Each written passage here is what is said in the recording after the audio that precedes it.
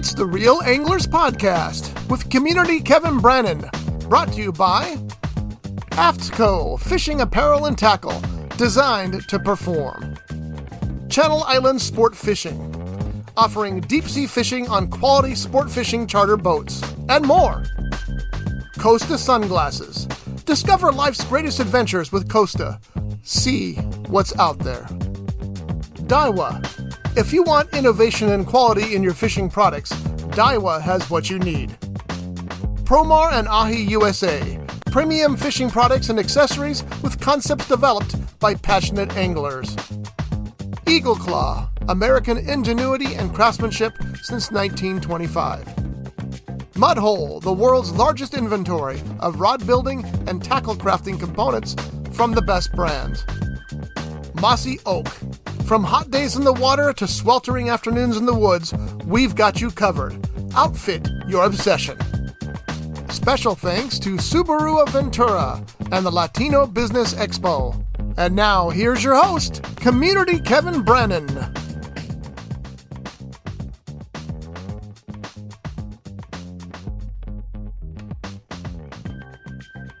So this is the Real Angler Podcast with community Kevin Brannon, and his guest today is Annette Garcia. She's the founder and executive director of A Heart of an Angel, and she'll tell you all about that shortly. So let's go. This is Nettie right here from Nettie's Talks. This is Annette Garcia. Good morning, good afternoon, wherever you're listening to. This is Community Kev with the Real Angler Podcast, and we're here with a good friend of mine. We met at the comedy club years ago, and then somebody referred to us about the our nonprofit, because you weren't even a nonprofit yet, right? You were just getting started, or were you a nonprofit? Yes, we were already a nonprofit then. And she would start talking about nonprofit work, and they might have been through the Ventura Chamber. They're like, reach out to Kev, and he knows it. But we kind of we talk a lot besides just about our nonprofit, but very faith-based. Annette sings. I think when you were at the comedy club, you were doing some singing, got some of her work that's so amazing. So we were just singing. So we'd also talk about like faith, and especially in this nonprofit. So not only is she a nonprofit fellow friend of mine, but she works out. We worked out legs together, I think, one day at Gold's Gym or something like that. I think I did one day of legs with her, and she came and did chest with me one day. I got her a pass. She's athletic, and that's what she does with the Heart of an Angel, is to get like exercise. I'll let her do more of it, but my point is that besides nonprofit, we do talk about God, fitness. She's a really good friend of mine. Sometimes we just kind of vent to one another about nonprofit and where we're going, ahead of her maybe by a couple years. So some of the things I've experienced and where she's going. She actually the one that referred me to Ventura County Office of Education to get my teaching credential that I'm still trying to work on. Finally got the background check thing just about done. But again, as friendships, networking, but also sometimes in nonprofit, you don't really get a chance to talk to people that start their own nonprofit and understand what it's like versus volunteering or helping out or maybe working for one versus the everyday grind of doing it and having another job. So anyway, this is my good friend, Annette Garcia with Heart of an Angel. I just wanted to put that intro in because some people, most people that we have on our podcast so far, we've had some type of, friendship or networking with, where Annette is a little bit more authentic, because we were able to talk about a couple of different things all on a friendship level, man, which is pretty neat. So Annette, welcome to the show. Just wanted to introduce you like that. First, give us a little bit of your background, and then we'll get in your nonprofit and we'll see where the conversation goes. Okay. Thank you, Kevin. I appreciate, first of all, being a part of the podcast today. And as Kevin said, we are friends, and we share information, and we also have hiked together. So we share a lot of things together as far as common things and networking and just building something that's making an impact in the community and with youth and just overall. So A Heart of an Angel started I actually heard the name. It was really kind of crazy thing. I heard it audibly, and I wrote it on a sticky note. And it sat there for a little while. This was around 2013, I would say. And I wasn't really sure what it was going to be for, but I knew that it was going to be for kids, because I always knew that I wanted to work with kids. My background in fitness is I was a former fitness competitor. In my earlier years, I also have been active in youth mentorship programs with high schools. I've been around children pretty much most of my life. I don't have any biological children, but I have many children in many ways. I also worked in as a teen mom with my stepson for 7 years. So I've been around kids pretty much most of my life, as well as being in the youth mentor program with the City Center Transitional Home for Homeless Families. I was a youth mentor there, and I also served on the board of directors there, and started doing fit camps there pro bono for in 2019 every other Saturday, because I was still working in a corporate job. I don't know how far back to go, but I wasn't sure what A Heart of an Angel was going to be for, but again, I knew that it was going to be for children. So in 2017, I was talking to my friend about, whatever, and she was like, just pull the trigger, just go, start. And at the time, I also was a youth mentor for Big Brothers and Big Sisters of America, and I mentored a child for 6 years, Ileana. She was just such a bright little light. And one day we went to the pumpkin patch, and out of all of the face painting emblems that she chose a heart with wings and a halo. And I looked at that and I was like, okay, God, that was like my message to get going, because I had already had the name and I wasn't sure what it was going to be for. So I just started. I went and I got my fictitious business name in 2017. In 2018, we became a nonprofit. And in 2019, I worked with the City Center. And we worked with the City Center. We've worked with some common organizations, Epic, which is also awesome. Was it Epic too? Yeah, Epic. I'm still working with them, and still working with Epic. And so we're at the Autism Walk together. Well, two booths separate, but the same type of communities for recruitment. Yeah, we do the chamber together. So we are in a lot of same spaces. Like, we do networking. We won. She did a rap, and then I did a rap after her, and we both won the chamber breakfast when we were doing the rapping. That was so hilarious. Little 60-second commercial. And, it was, yeah. So she went first and did her singing thing. So then they gave me the it microphone. Exercise. And then I took it and I said something about a hook and something, and then we ended up winning the commercial of the for the breakfast. For the chamber give breakfast. Out 3 of those. So we're just vibing together, feeling it. It was a lot. It was so fun though, because we just kind of I started the kind of thing, the singing it was thing, like Ike and Tina. And then he picked it up on the vibe. Like, he did the whole melody and everything. It was so great. It was just really cool. So then 2020 happened, right? So I lost my job, which was a blessing, because I was in corporate America for many years, schlepping copiers. And, nobody's ever going to remember when I leave this planet, oh, yeah, Annette was a great copier salesperson, right? Nobody's ever going to say that. I pretty much guarantee that.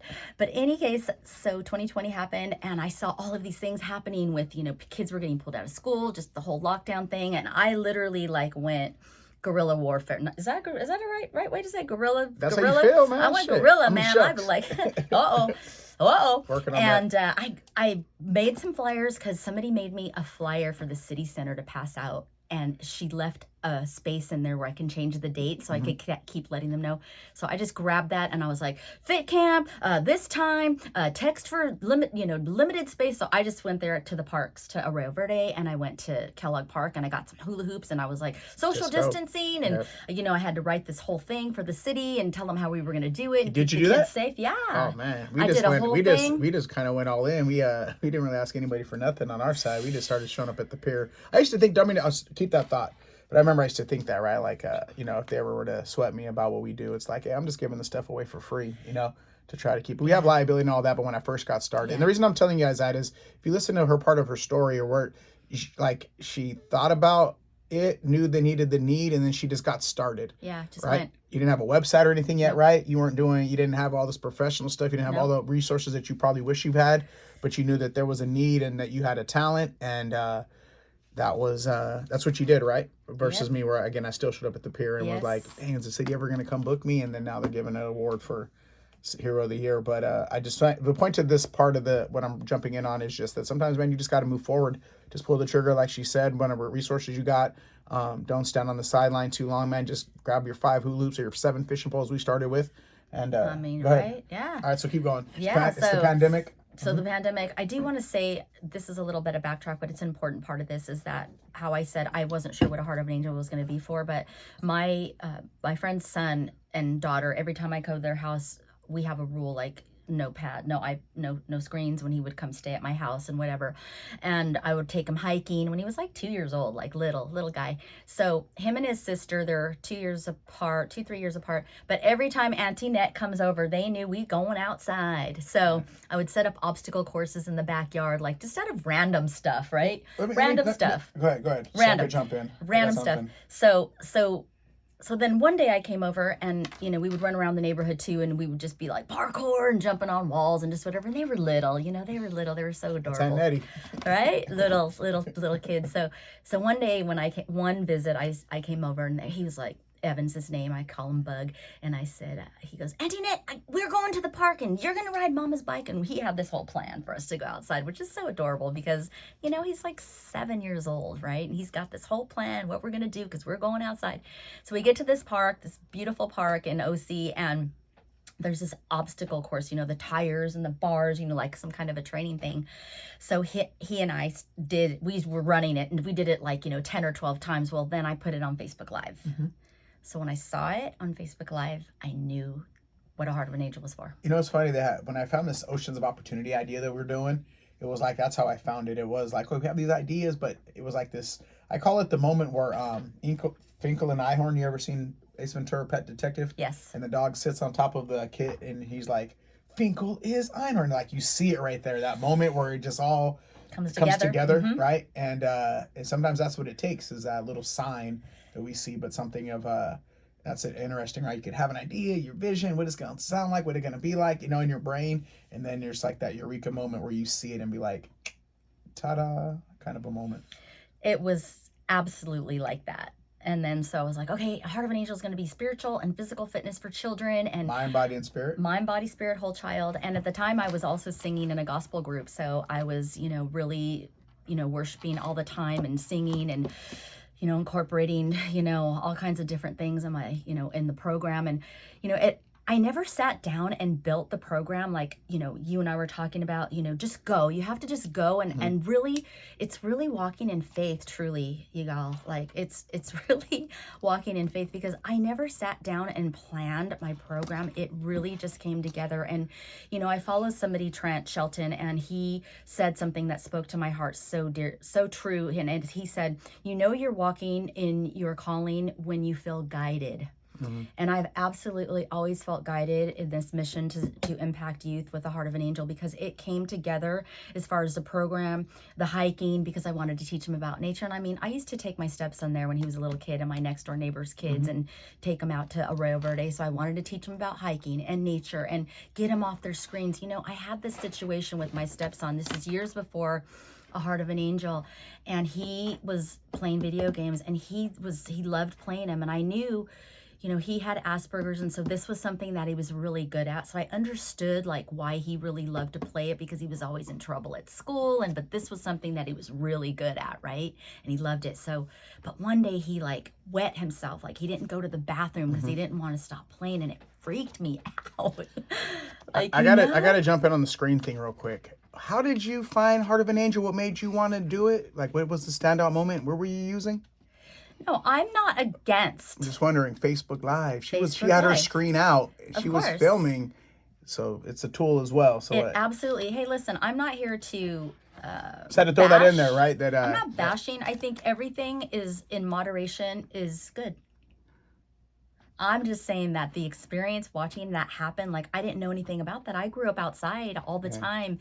You know, I know how to do everything. I can ride a bike, I water ski, I motorcycle ride, I horseback ride, I play baseball, I play football. I mean, I could do all the things, like, you know, climb trees, get dirty, like I don't care. Like I was that girl. I was out there in the woods when I was a kid. Well, the reason I say that, because when we're talking about you, is just that because the way that I check it out today is that our eras had just changed, right? Like my mom might have played with paper dolls, while somebody might have had a Barbie, right? Like we do just change in it, and we do switch from what we did when we were younger, sure, versus how do we utilize that in today, right? Like by trying to, you know, the comparison of what it is. That's all I was just making reference to, that just we're changing in the eras, and just because things are different than the way we did it, doesn't mean it's necessarily against the kids, right? That it's not like, again, because you say we go out and ride bicycles. Kids go out and ride bicycles now, and people are honking at them, tell them get out of the street. Like parents don't want their kids going as far as we did, because we used to travel all over the city on our bicycles, where if we knew where our kids were at, like parents don't let their kids do that. So some of it is, it's just a change of generation and era that is important to versus just how we utilize that if we're on the screen right now. You know what I'm saying? So I just, not to throw you off track, I'm sorry if that's what it did, but just saying that how we utilize these tools too, just because they're different for these kids, that that's not the only, like, you know what I mean? Does that make sense what we're saying? Because I hear that a lot. Oh, you got to get those kids off the screens. Well, screens and down, heads up, I mean, is one of my taglines. So, I mean, because it's good to take breaks too.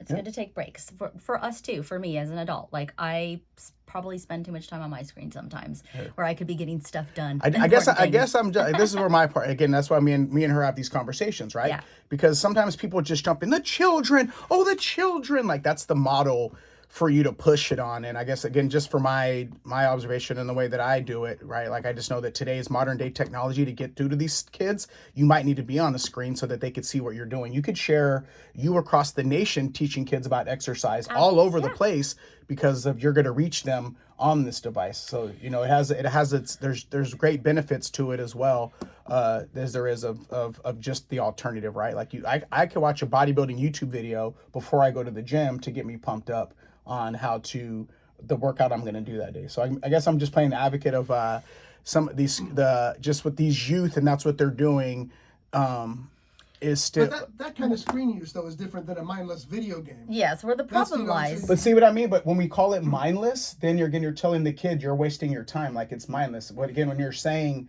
that we attach it to mindlessness, when they could figure out things and they're more adapted, like the pandemic, these kids are on device. They were forced to use electronics for 2 years in California. Yeah. So you shifted them into a technological era by making every school give them a device every year. They were forced to use electronics for 2 years in California during the pandemic.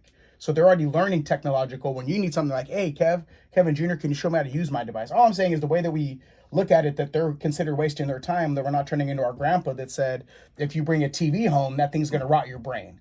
That we're not turning into the grandparents that are saying that thing's just rotting your brain, kind of thing, right? Because again, your grandpa would say, you're watching that TV, you're watching Dallas and All My Children, and you're watching this. Again, it's meaningless, right? So that's all I'm saying. I'm just thinking that there's a difference between watching what you guys do and Angry Birds. But again, if it's their time, though, what I'm saying is that's the point. We're trying to. I know, but again, that's another topic. That is a whole nother podcast that we could get into. Let me just say, because Steve Jobs didn't even let his kids use his device that he created, so we'll just stop right there. Okay, so there's does Bezos drive, or no? Who's the guy? Tesla? What's his name? Musk. Musk. Does he drive Elon? Teslas? Or he doesn't even drive a Tesla. Just wondering if we're going to make comparisons on who will. Well, I'm just, like I said, that could definitely be another podcast. I hear what you're saying. Like there's pros and cons to everything. Mm-hmm. Absolutely. But when you have a child that has a fit because they were asked to put their tablet down, that's a problem. And that can go to other things. This is going back to the child. If we force them to use tablets to learn on, you're kind of. Again, I'm sometimes a comparison guy, right? Like there was a time where in our era right now, in our where we're at, is that they were kind of given tablets across the country. They had to jump on a tablet. So when you're instructing them that way, I don't know. Again, I don't know. I don't mean to go sideways on it. That's okay.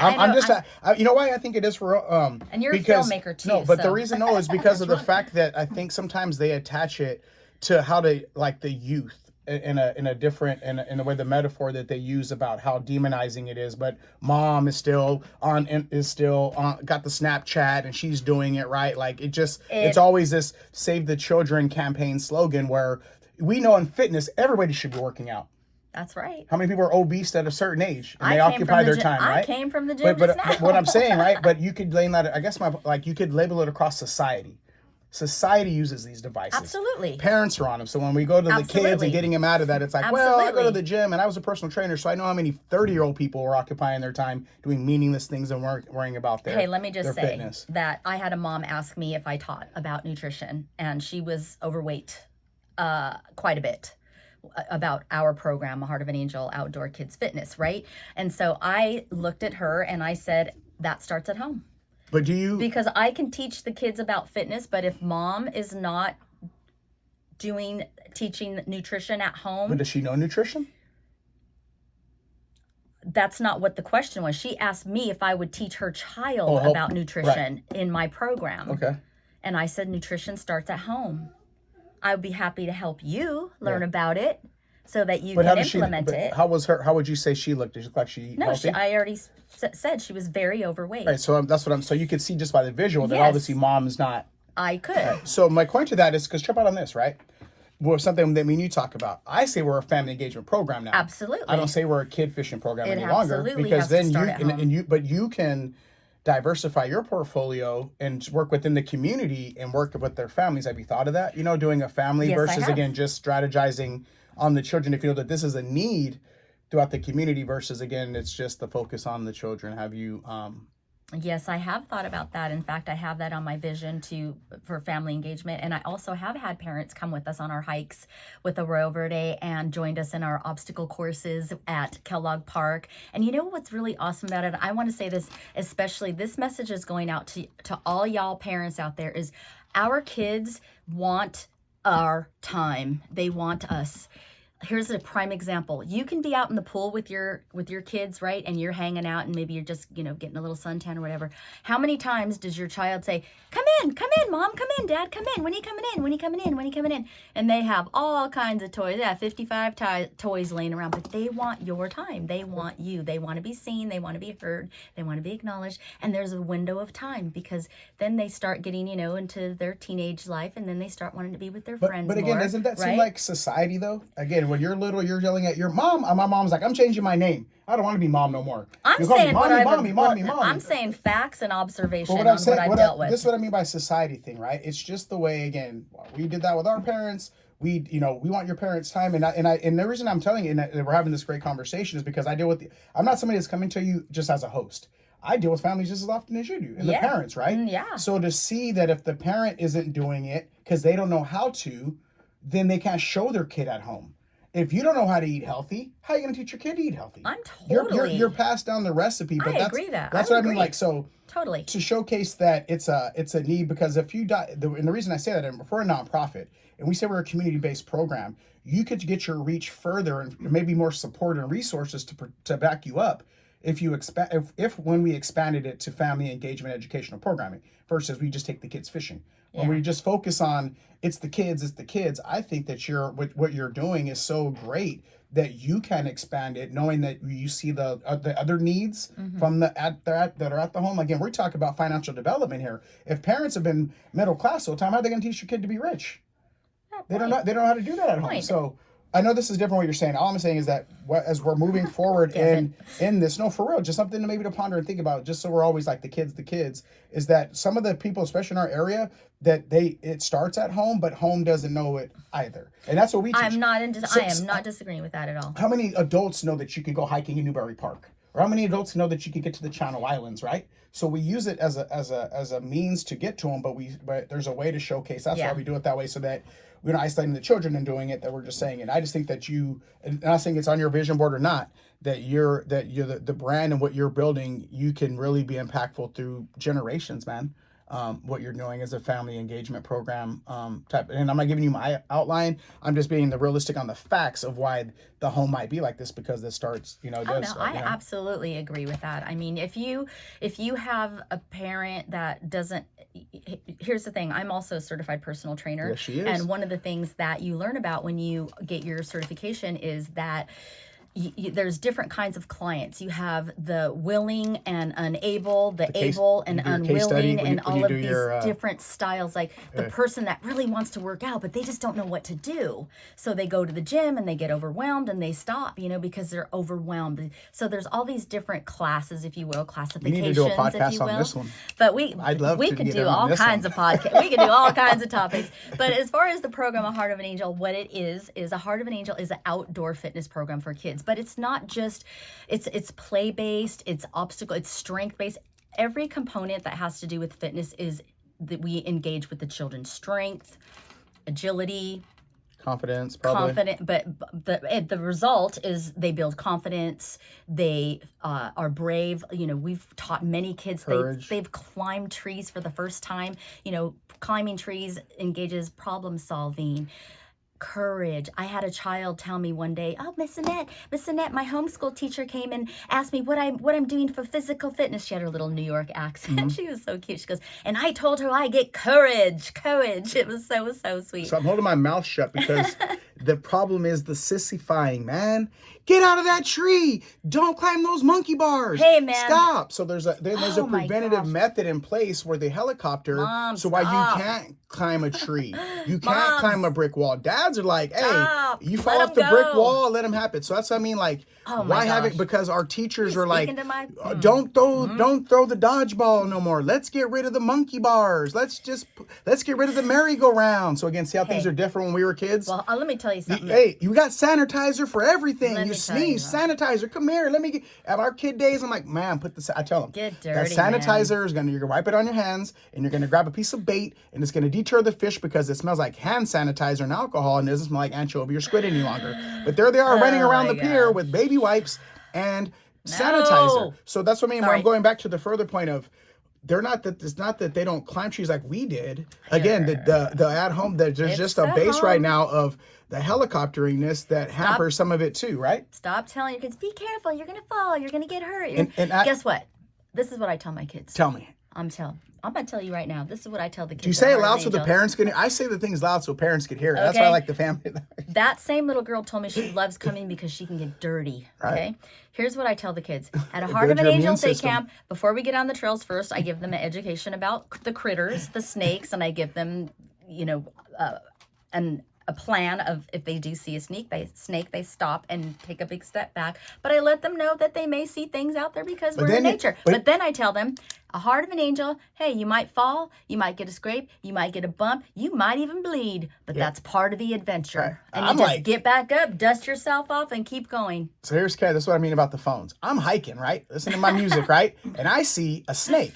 So I run up on it and I start videotaping it, right? So I tell the kids, break your phone out so that way you can capture this memory in this moment to last you a lifetime. So get your phone out so that you could take a video of that snake and then you could show them later, right? So again, like using it as a teaching tool when you're outdoors. And let me ask you this. Do you blame the snake or the person?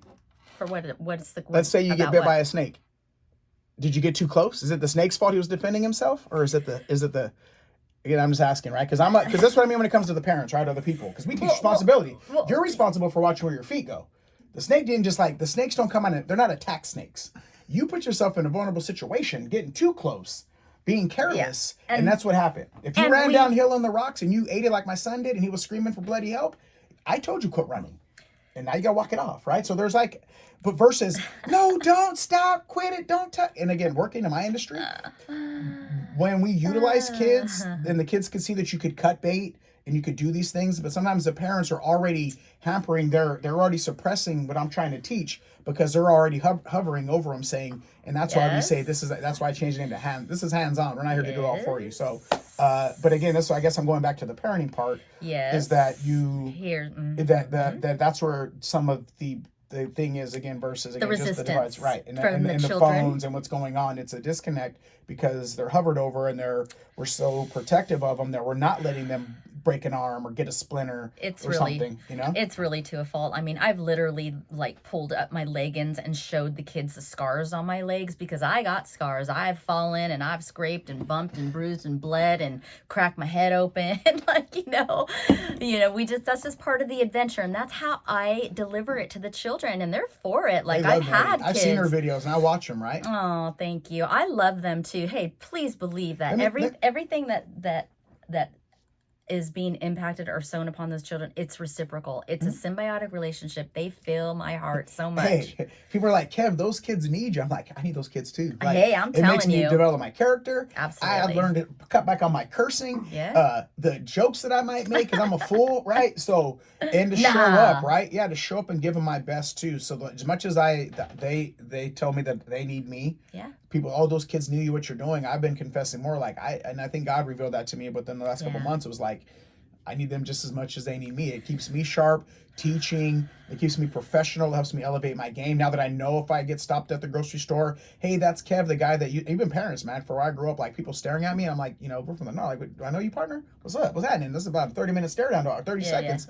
Yeah. Is like confrontational almost, right? To being like, oh yeah, you took my kids out, or hey, I watch your show. So those kids, I need, like you're saying, it's a reciprocal thing. I need them just as much as they need, or is told to me that they need me. Again, I'm being humble, saying that they need me. And sometimes I cast it away too. Honestly, when they start talking to me like that, I just want to serve. Like Same. I don't need all the. I mean, I take it and it's Same. Great, especially when a kid, right? Like I'm in EO, and I'm gonna get to one of your stories that I know about. But like when we did the Sunkiss elementary school students a couple years ago, right? So now I'm at EO Green at their wellness center for the open house last 2 years, and you have 7th graders that run up to our table and they want to take selfies with me, and they remember me. You remember me? And right. I probably don't, but I don't tell them that. I'm like, oh yeah, you caught that fish. And they're like, but that part that how much they remembered me, I'm like, man, this is bigger than this is bigger than me. So yeah, I gotta watch. Even if I pull up bumping my jams, how I turn it down at the school. I don't need to show out like I'm cruising by the beach on a Sunday bumping jams, Kevin, versus how I pull up to the school and be represented. But still enough of me, because that's the reality of where we live at too, right? But still keeping an eye on of an observance, because of I'm not there to show out. I'm there to serve. You know, serve. So absolutely, yeah. You know, I mean, need them too.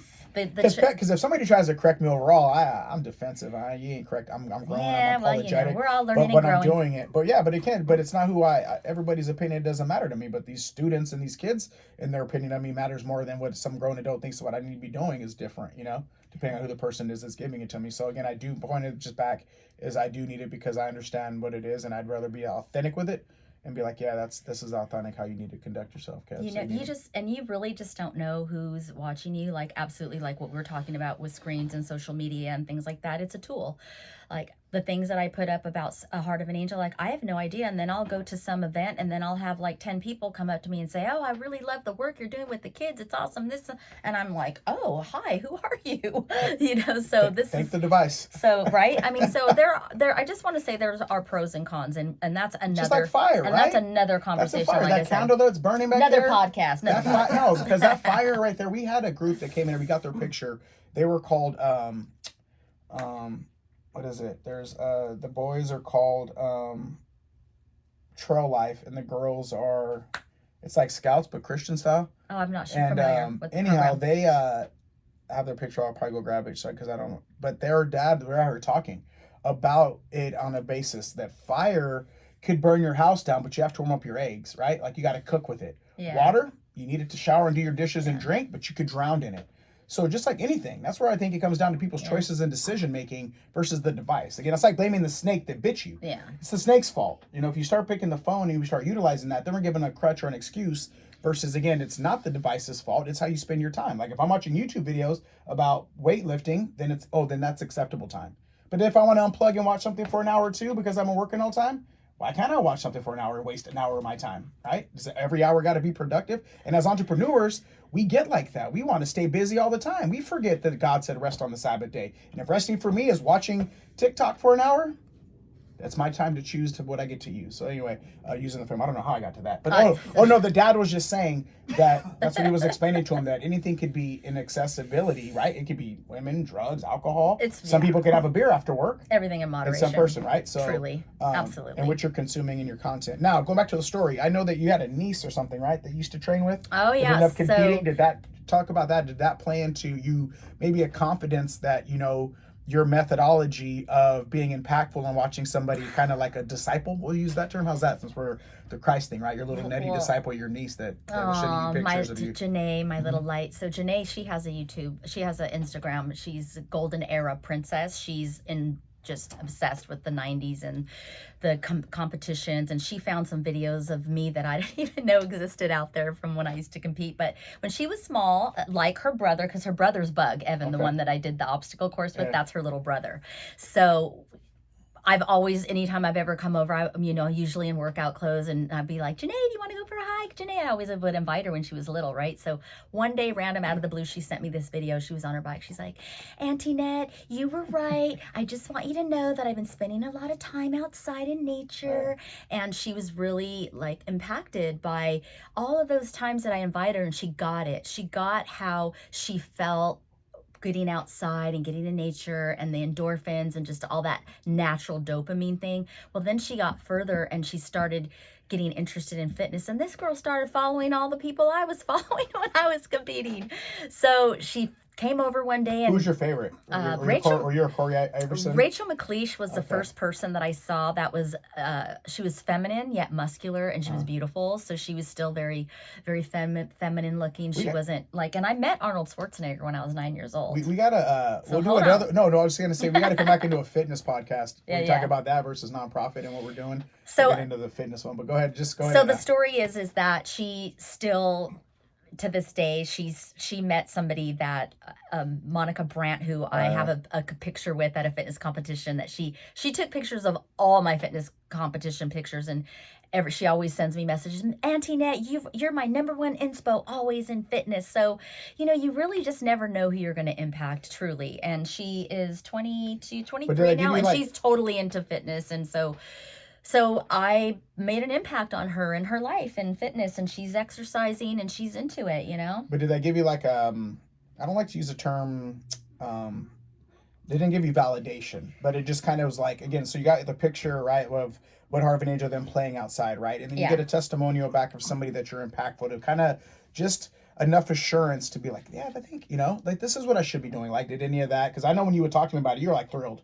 You're like, look at what she's doing. So you're not saying all that right here on the camera, but I remember the convos when, she was like, you had like a disciple, right? So yeah, I've just to help you when we're like, going through chasing your dream or starting your dream, there's a difference, working with another guy, in a nonprofit, and he's talking because of his board and what he's trying to grow. And it's different as a nonprofit when you just have a director, but when you're a founder, there's a whole nother ball game. There's a whole nother component of your vision and dream where you can't just walk away. You get, you got the bag all the time. You got to find people come and go, volunteers, no show, and what the capacity is and what you commit to and what you sacrifice again away from your family, right? What could be depleting you because you're trying to do so many solopreneur things, right? And you're learning what to say yes to and learning what to say, like just all of those things. And then, But does that, when you see a sign like that, like keep you encouraged, I guess? Absolutely. Hands down. Absolutely. And when I have a little girl that she aged out of the program, but I made her junior leader. So she came and she did fit camps with me and helped me teach the kids. And she was awesome. She had little sisters, and she was perfect. Her name is Layla, and she moved to San Luis Obispo with her family, and she still sends me pictures to this day with Heart of an Angel shirts on and with her little heart. They made her little Heart of an Angel, emblem hand sign. And hi, Miss Annette. We call that a gang sign. Yeah, well, I'm not saying all that. I ain't saying all that. But so she's still to this day, and she was at the Ventura chamber because she still comes out here to see her father still lives in Ventura, so she's in San Luis Obispo, but she was at the chamber, what is it called? The St. Patrick's Parade. So she sent me a picture of her and her little sister, a selfie, and it said, Miss Annette, me and Ruby think that next year a Heart of an Angel should have a float here at the parade. So all these little things, and that same little girl also sent me a picture of I think we should do it, right? A flower. Yeah, let's do it.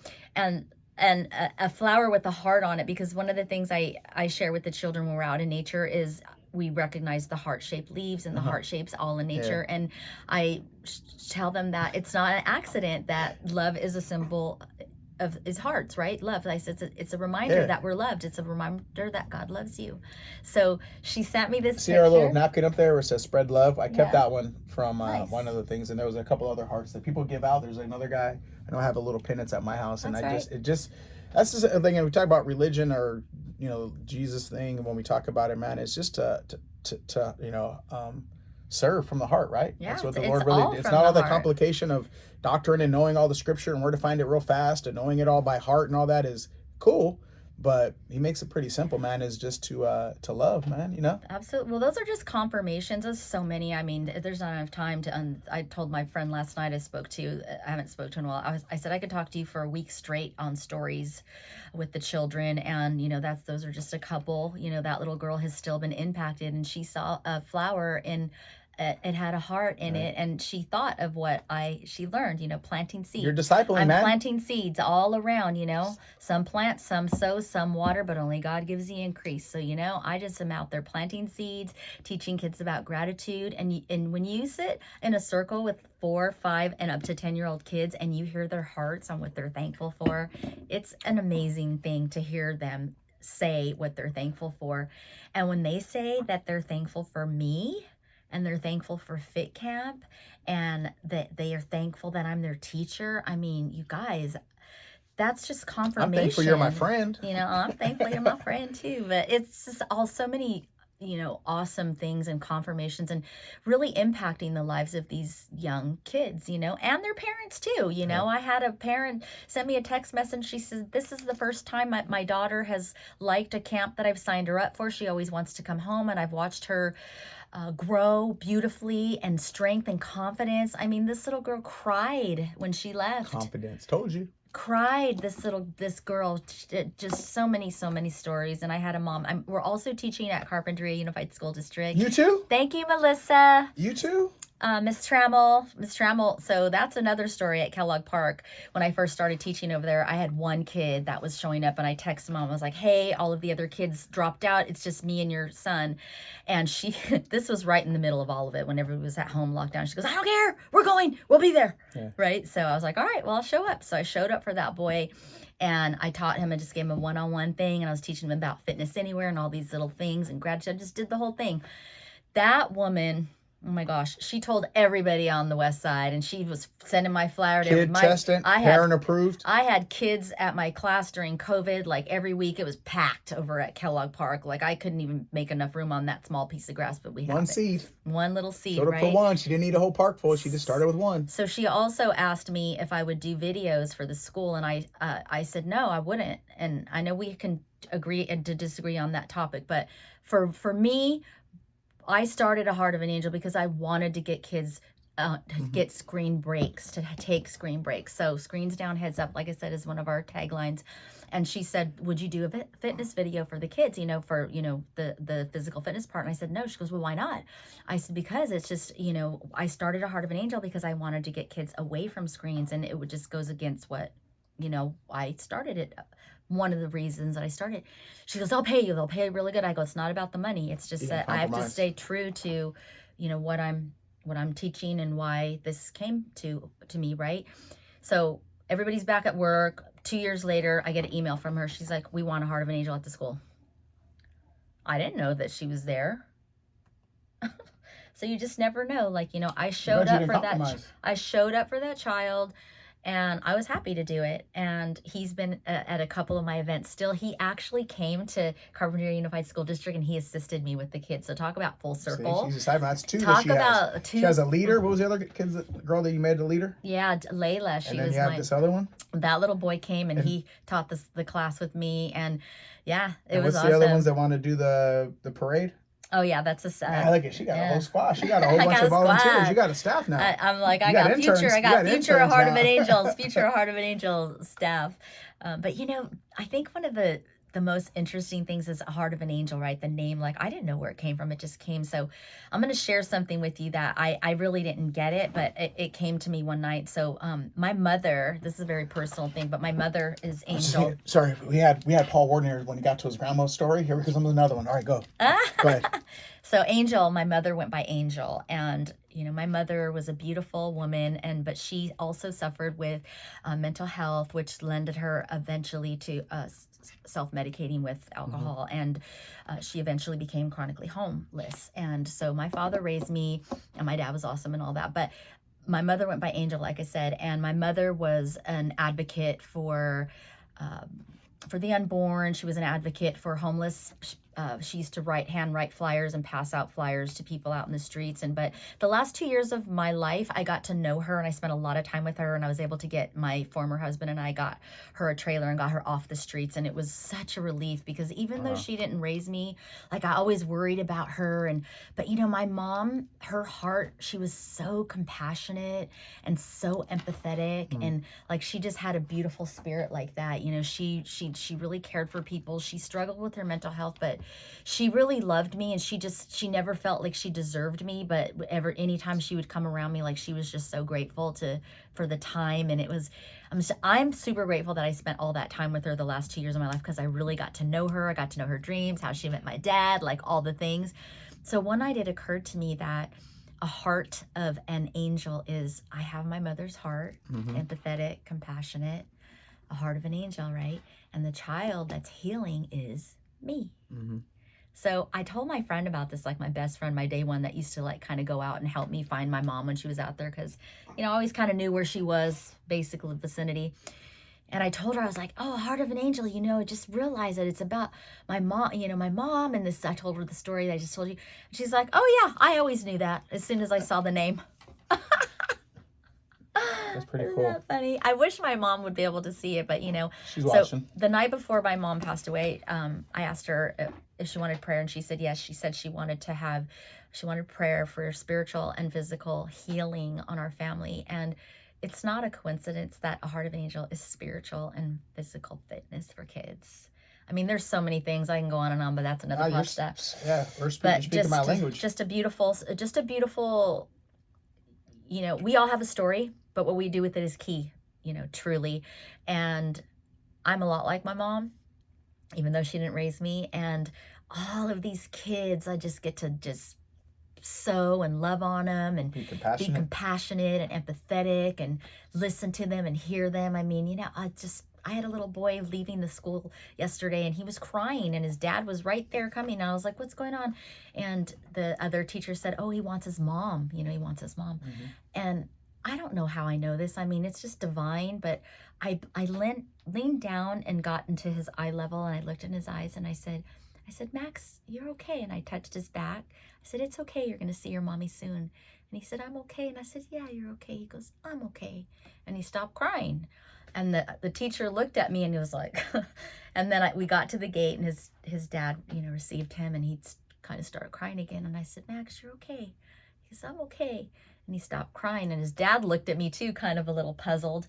And I said, sometimes they just, you know, need to hear that reassurance and that feminine voice, you know, that You're an calming. angel. You're an angel. Well, some of the kids have said that to me. I'll tell one more story, I think. And this is, I had a child that was saying that she wanted to die. She hated herself. She was hitting herself. She was 5, y'all. 5 years old. Like, so I had an opportunity to sit down with her after that happened in the cafeteria. But we finish every class with, I am loved, I am smart, I am strong, and I am amazing. And they all jump. And then I say every day, not just at Fit Camp, every single day, not just when you're with Miss Annette. So I had a moment to sit with her, and I told her, and I looked her right in the eyes. We were sitting right across from each other, and I said, you are so loved.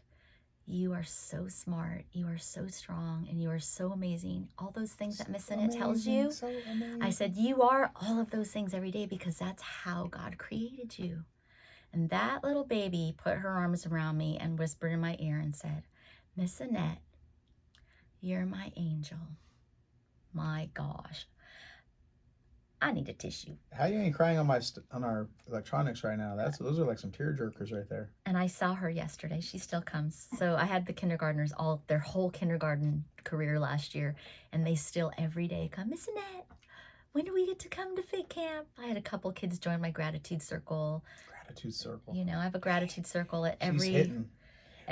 We might not agree on all the, you know, some of the electronics. Screens down, heads up. Yeah.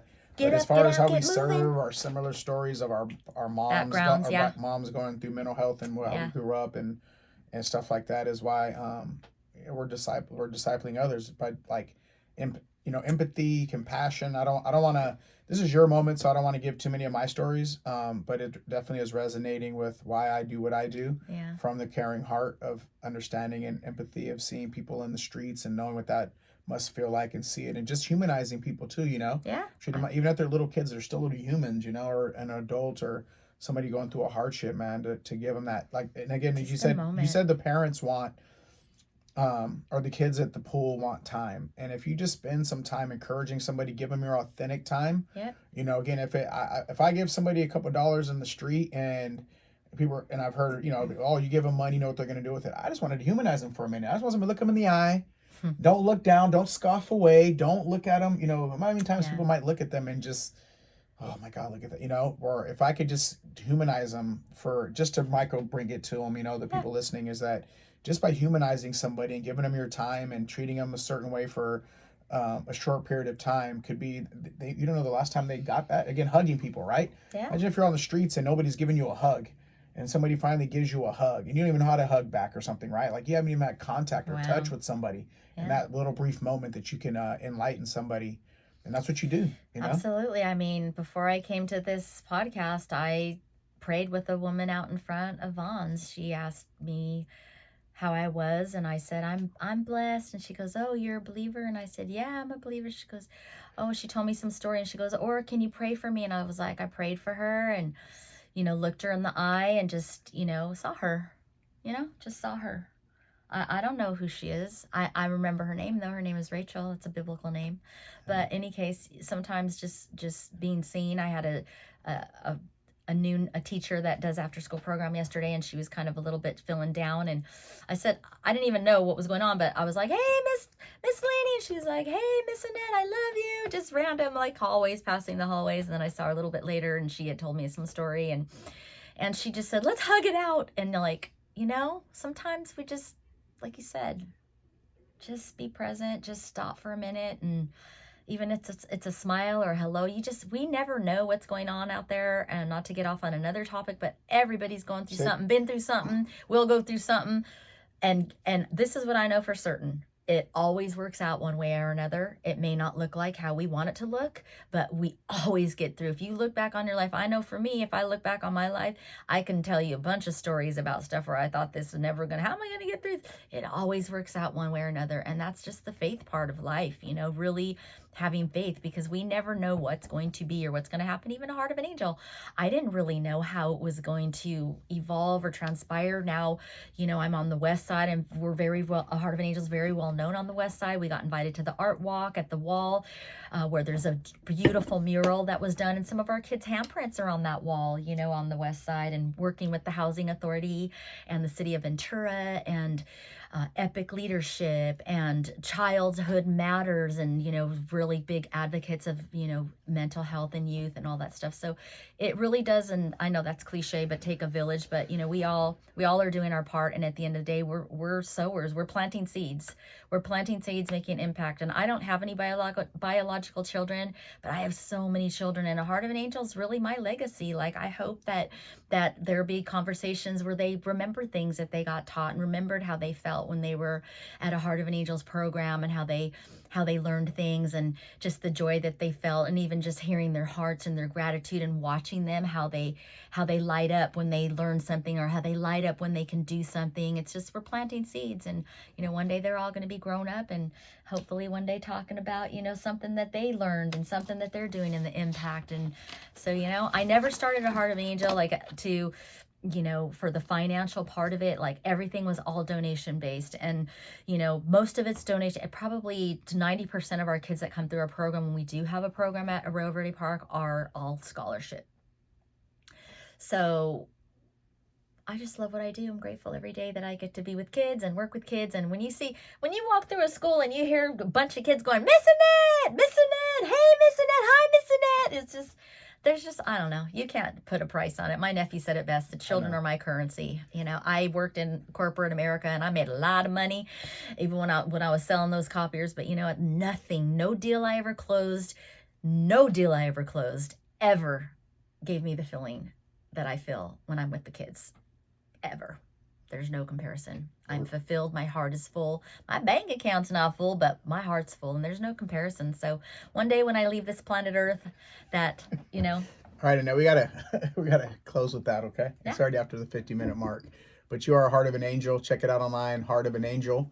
And I do know what you mean, walking through the schools and kids are yelling, and I kind of think it's cool when they're dancing with the other vendor and they all stop to turn, and I get all their attention, and the other vendor's like, well, what about my group? Like, it's kind of neat. So I ain't gonna lie. I know exactly what you mean, man, and it's kind of neat. Thank you, Kevin, for having me. Yeah, especially a kid like me that was mostly in detention at school. Now I'm running around getting attention at school. It's cool. And the last thing I was going to just say with that is I know, just to put that out there, that I even think about, like, one day some valedictorian's going to get up there to give this speech and be like, I was a Guppy Ranger. I want to go back to the Guppy Ranger. And right now, last thing is that, and anybody listening, is that there's work that you're doing now that you might not even see. You know, the kid that you're teaching right now might be a teacher in 20 years, and then they're teaching another kid. So the legacy that you're leaving, that I'm leaving, and people that are servants, right, are still doing work that somebody planted a seed in them 30 years ago. And that's biblical too, that the work that you're putting in, you might not even get to see the full benefit of it. You know, that you're that in 60 years from now, when you're passed away, that there's still kids that you're impacting now that are still taking that. Because I'm doing work right now for somebody to get Miss Morrison to give me a job at the snack bar at the pier. Yeah. I'm doing the work for her, right? She passed away. She came to my wedding. Yeah. She came to my graduation. She gave me a job on the pier.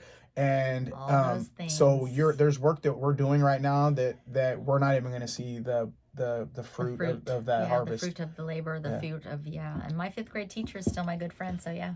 So Barry's going to take us out again. That was a good one. I like it. I think that's going to make our ratings go up because it got a little confrontational. Then it went back to the stories. Barry, what do you got to say? Let's go.